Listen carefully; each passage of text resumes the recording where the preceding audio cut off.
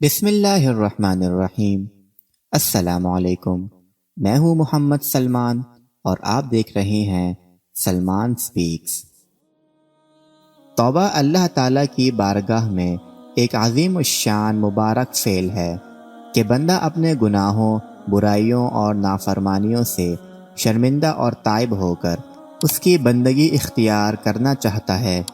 حقیقی توبہ کے باعث تمام گناہ، خواہ صغیرہ ہوں یا کبیرہ، یوں مٹ جاتے ہیں جیسے وہ اپنی ماں کے بطن سے نومولود بچے کی طرح معصوم پیدا ہوا ہو۔ صحیح بخاری اور صحیح مسلم میں بنی اسرائیل کے ایک قاتل کا واقعہ نقل کیا گیا ہے۔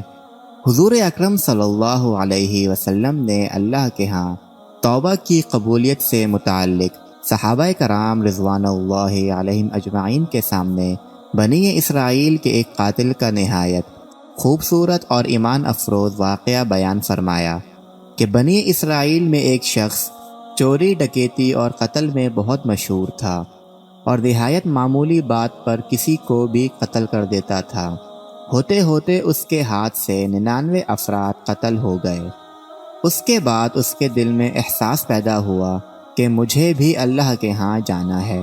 چنانچہ یہ فکر بڑھتی رہی اور لوگوں سے معلومات کرتے ہوئے پھرنے لگا کہ کیا میری توبہ قبول ہو سکتی ہے یا نہیں۔ کسی عالم سے ملاقات کی فکر ہوئی کہ معلوم کیا جائے کہ ایسے شخص کی توبہ قبول ہو سکتی ہے یا نہیں۔ لوگوں نے ایک عابد شخص کے پاس جانے کا مشورہ دیا۔ اس شخص نے اس کے پاس جا کر مسئلہ معلوم کیا کہ کیا میری توبہ قبول ہو سکتی ہے اور کیا میری مغفرت ہو سکتی ہے جبکہ میں نے 99 انسانوں کی جان لی ہے۔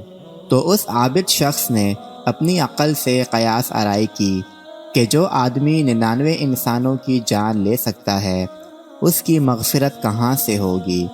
چنانچہ اس نے کہہ دیا کہ تیری توبہ قبول نہیں ہوگی۔ تو اس شخص نے غصہ اور جلال میں آ کر اس کو بھی قتل کر کے 100 پورے کر دیے کہ جب میری توبہ تو قبول ہی نہیں ہوگی تو لاؤ تجھے بھی ختم کر کے 100 پورے کر دیتا ہوں۔ چنانچہ اس نے 100 پورے کر دیے، مگر اس کے دل میں تردد باقی رہا کہ میری مغفرت کی کوئی شکل ضرور ہوگی۔ اس لیے اس نے لوگوں سے پھر معلومات کا سلسلہ جاری رکھا کہ روئے زمین میں سب سے بڑا عالم کون ہے، اس سے جا کر معلوم کروں گا، وہی صحیح مسئلہ بتا سکتا ہے۔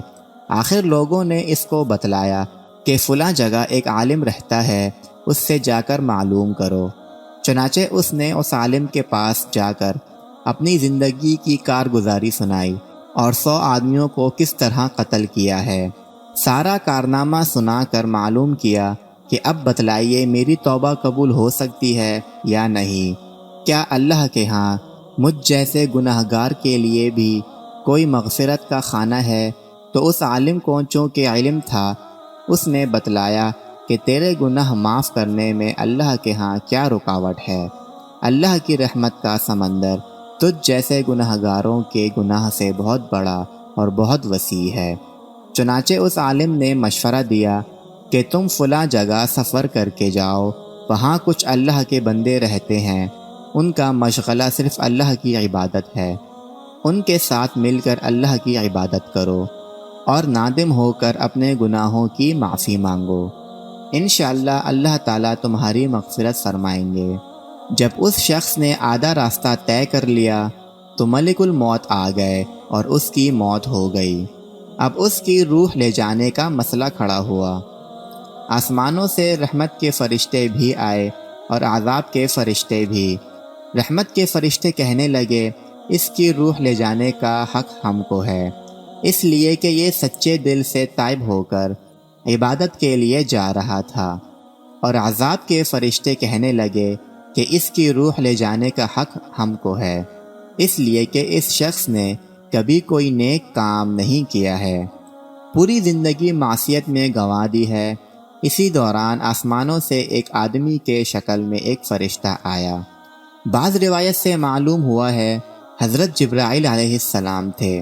چنانچہ اس فرشتے نے تشریف لا کر ان دونوں طرح کے فرشتوں کے درمیان یہ فیصلہ کیا کہ دونوں طرف کی مسافت ناپ کر دیکھ لو، جہاں سے آ رہا ہے وہاں کی مسافت قریب ہے یا جہاں جا رہا ہے وہاں کی مسافت، لہذا جہاں کی مسافت قریب ہو اس شخص کو وہاں والوں میں شمار کر دیا جائے۔ چنانچہ دونوں طرف کی زمین ناپ کر دیکھی گئی تو جہاں جا رہا تھا وہاں کی مسافت جہاں سے آ رہا تھا اس سے مقابل میں صرف ایک بالشت قریب تھی۔ چنانچہ فیصلہ ہوا کہ مقام معصیت سے مقام عبادت صرف ایک بالشت قریب ہے، اس لیے رحمت کے فرشتوں کا اس کی روح لے جانے کا حق ہوگا۔ چنانچہ اللہ کی طرف سے اس کی مغفرت کا اعلان ہو گیا۔ ایک روایت میں آتا ہے، حضرت قتادہ رضی اللہ تعالی عنہ فرماتے ہیں، حسن نے فرمایا کہ ہم سے یہ ذکر کیا گیا ہے کہ اس شخص کے پاس جب ملک الموت آیا تو وہ شخص سینے کے بل اس سرزمین کی طرف گھسیٹا گیا۔ حدیث قدسی میں آتا ہے کہ میں اپنے بندوں کے ساتھ اس کے گمان کے مطابق ہوتا ہوں، اور وہ مجھے جہاں بھی یاد کریں میں اس کے ساتھ ہوں۔